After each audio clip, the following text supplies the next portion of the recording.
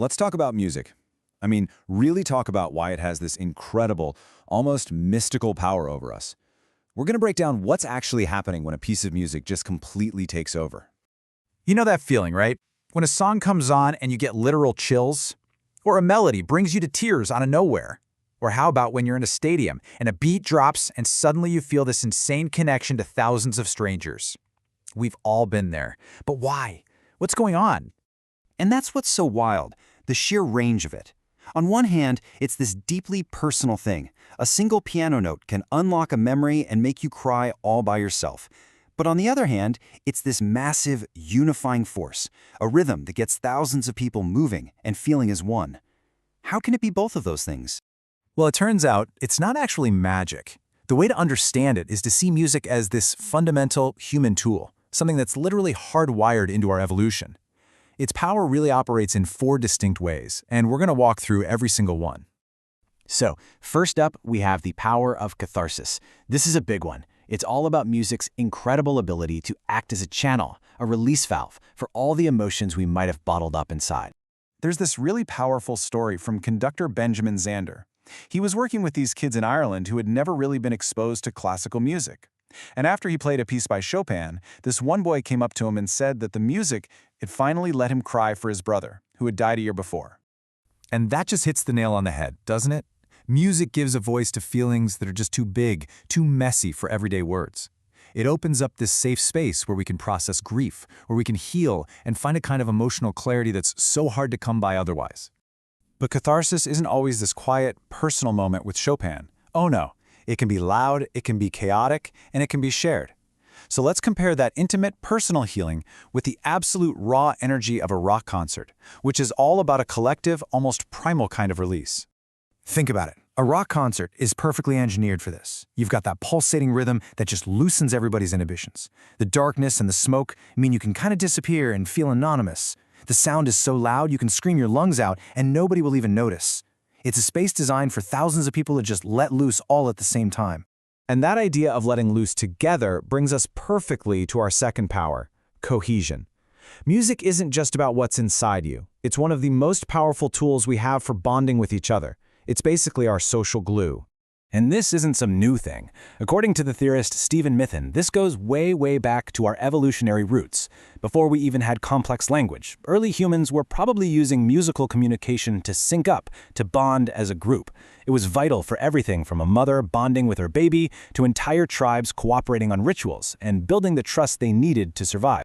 Man, this quote from conductor Charles Hazelwood just says it all. He worked to create choirs in South Africa, bringing together communities that had been torn apart by violence for generations. And he found that the act of singing together, it built trust where just talking never could. Where there is trust, there is music. By extension, life. It's just so profound. And hey, where do we see this today? We're right back at that rock concert. For just a couple of hours, thousands of total strangers become this temporary community. Everyone is moving together, feeling the same emotions, focused on the same thing. It creates this powerful, shared identity, even if it only lasts for one night. Okay, so music helps us feel, and it helps us connect. But our third power is about something even more direct, the sensuous experience. This is the idea that music isn't just something you hear, it's a physical force that you feel with your entire body. That rock concert we keep talking about, it's the perfect example of what's called an aesthetic of overstimulation. It's a full-on sensory assault in the best way possible. You've got blinding lights, smoke machines, overwhelming sound, and that bass, that pulsating rhythm you can literally feel vibrating in your chest. It's designed to be a completely physical experience. And all that theatricality, the lights, the grand entrances, it's all there for a reason. It elevates the performer into this larger-than-life, near-mythical figure. The whole thing transforms an ordinary arena into this magical, otherworldly space, pulling you right out of your everyday life. But this sensuous experience doesn't always have to be this huge, overwhelming thing. It can be incredibly intimate. Benjamin Zander has this hilarious but absolutely perfect term for it, one-buttock playing. He's talking about a musician who is so physically and emotionally invested that they are literally on the edge of their seat, leaning into every note.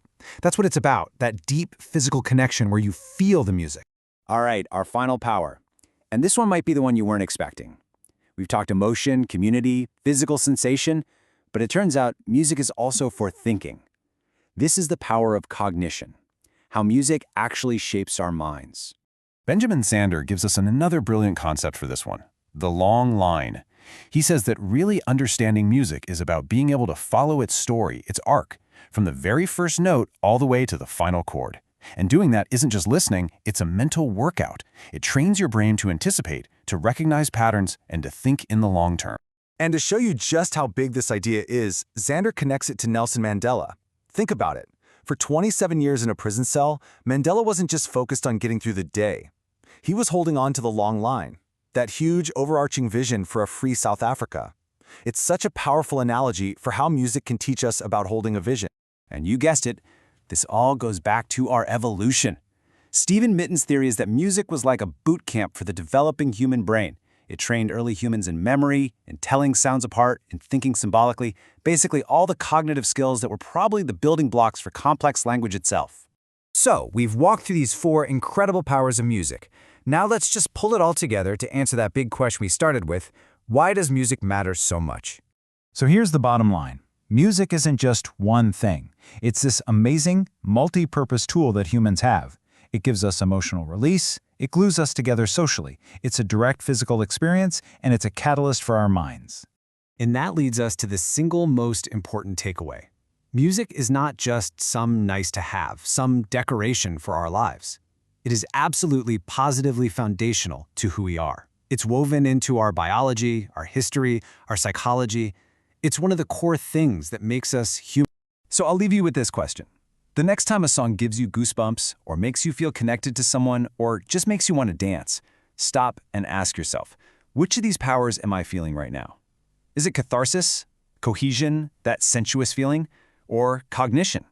Or, and this is the really cool part, could it be all 4 at once?